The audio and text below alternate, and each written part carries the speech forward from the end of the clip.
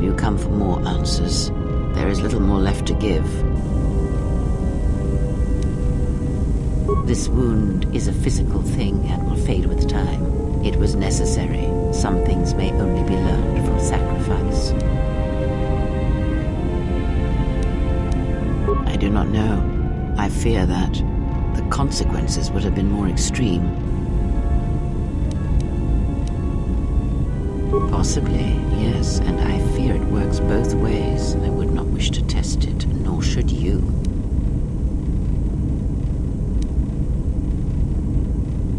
When battle is upon us, I suspect our minds are prepared enough to shield each other from the pain. I think we shall not have a repeat incident of what happened at Peragus. I confess its nature eludes me as well, but the bond is strong, and its roots run deep. It seems the force flows easily between us. When one of us manipulates the force to heal or strengthen ourselves, the other is aided as well. A powerful technique indeed, though, as we have noticed, it has its drawbacks. I do not know. The Sith struck more swiftly than I thought, and they will not stop until they have you in their grasp. If you fall, all the galaxy will echo it. It does not matter where we go. It is not the destination that matters. It is the journey. All paths will take us to the end, whatever it may be, and no matter how strongly we fight against it. For now, we are bound for Telos, and that is enough. Before the war, Jedi who failed their training were sent to the fields of Telos to serve the galaxy, not as Jedi Knights, but as farmers and laborers. The destruction of Telos was complete. I doubt any Jedi remain. Yet there may be echoes of their passing. We shall see. Then I am left with nothing more than we had already. My faith in you and your ability to meet what comes. Ask, and I will answer. These Sith, they seek the death of all Jedi, as have all the Sith, since the Jedi Order was first split. Yes, the Jedi Civil War is not the first one of its kind. Thousands of years ago, the Jedi had another civil war that split the Order. It was a terrible thing. A faction among the Jedi abandoned the teachings of the Order, following their own path.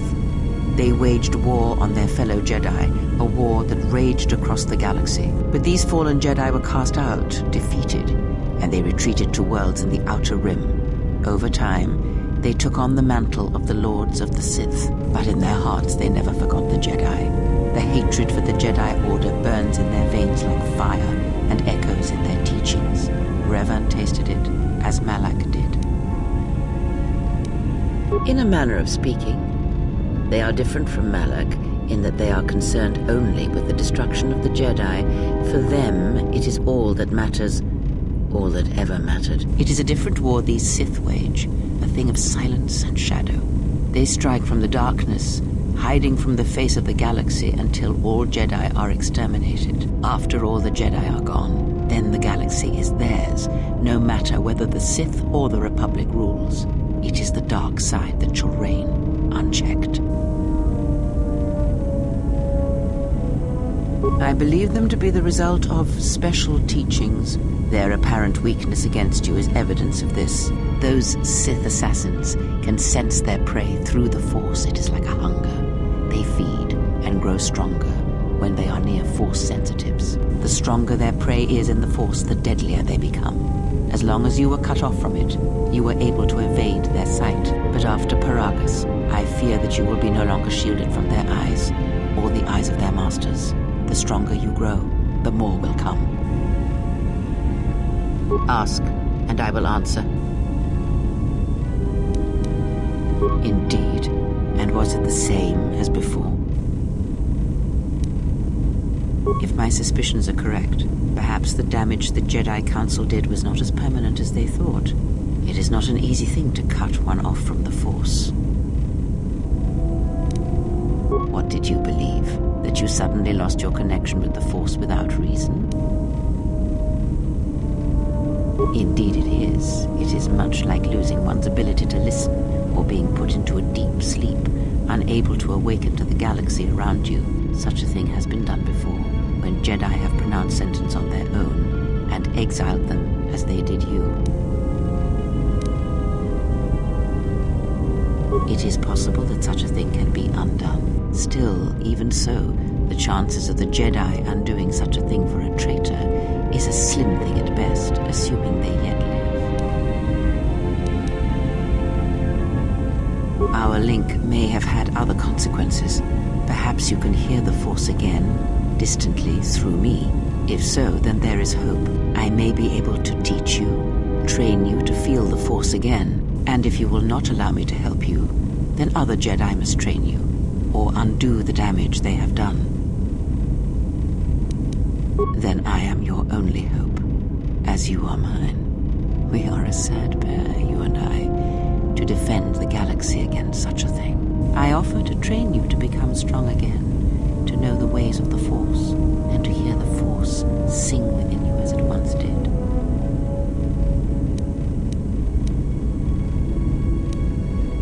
Then our training shall begin. Whenever I travel with you, I shall impart what I can to you through my words and presence. Ask, and I will answer. Much has happened in the galaxy in your absence, and since the defeat of the Mandalorians at Malachor 5. It is a tale you already know well.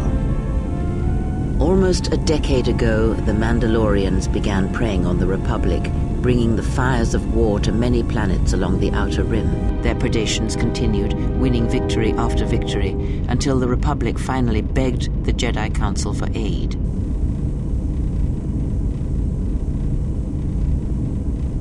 Indeed, the Jedi Council counseled caution and patience to assess the Mandalorian threat as the Outer Rim burned. 2 Jedi Knights, Revan and Malak, defied the Jedi Council. They challenged the Mandalorian fierceness and brutality on the battlefield with a viciousness of their own. Revan's entrance into the conflict marked the true beginning and end of the war. It was Revan who drove the Mandalorians back into the unknown regions. Yes, I have heard tales of Malachor 5 and Revan's part in it. I know you served there in that final battle. It must have been a terrible thing.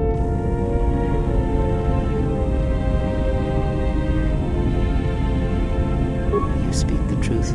The war's end was merely another beginning, and what seemed a victory for the Republic was far from it. Many believed the Mandalorians defeated Malachor 5, but the Mandalorians taught the Jedi much through battle, and so it was that Malak, Revan, and the Jedi that followed them discovered their true natures in the Mandalorian crusade. But you know this.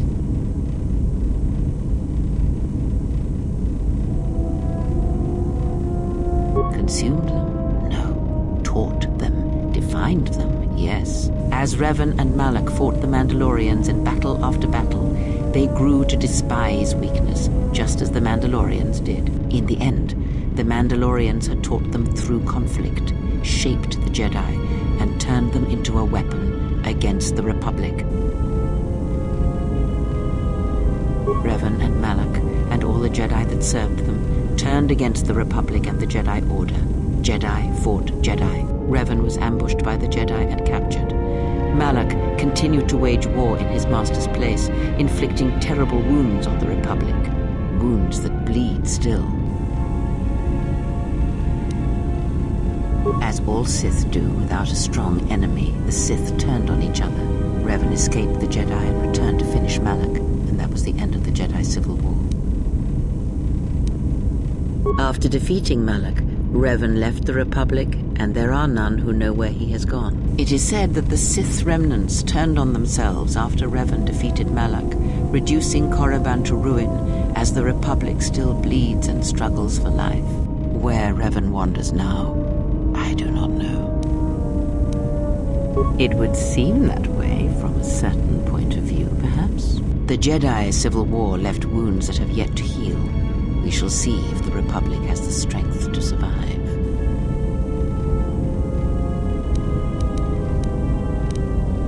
A culture's teachings, and most importantly the nature of its people, achieve definition in conflict, they find themselves lacking. Too long did the Republic remain unchallenged. It is a stagnant beast that labors for breath and has for centuries. The Jedi Order was the heart that sustained its sickness. Now the Jedi are lost. We shall see how long the Republic can survive.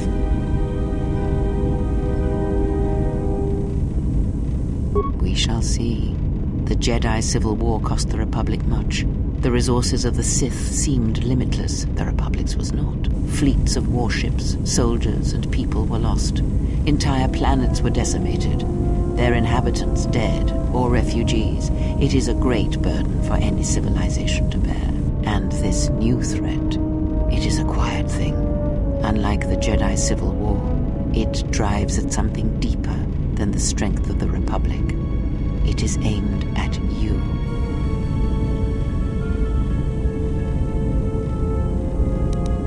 The Republic was never what was important, ever. It was but a shell that surrounds the Jedi, just as the teachings of the Jedi are a shell surrounding the heart of man.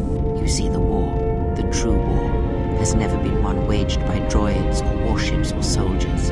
They are but crude matter, obstacles against which we test ourselves. The true war is waged in the hearts of all living things, against our own natures, light or dark.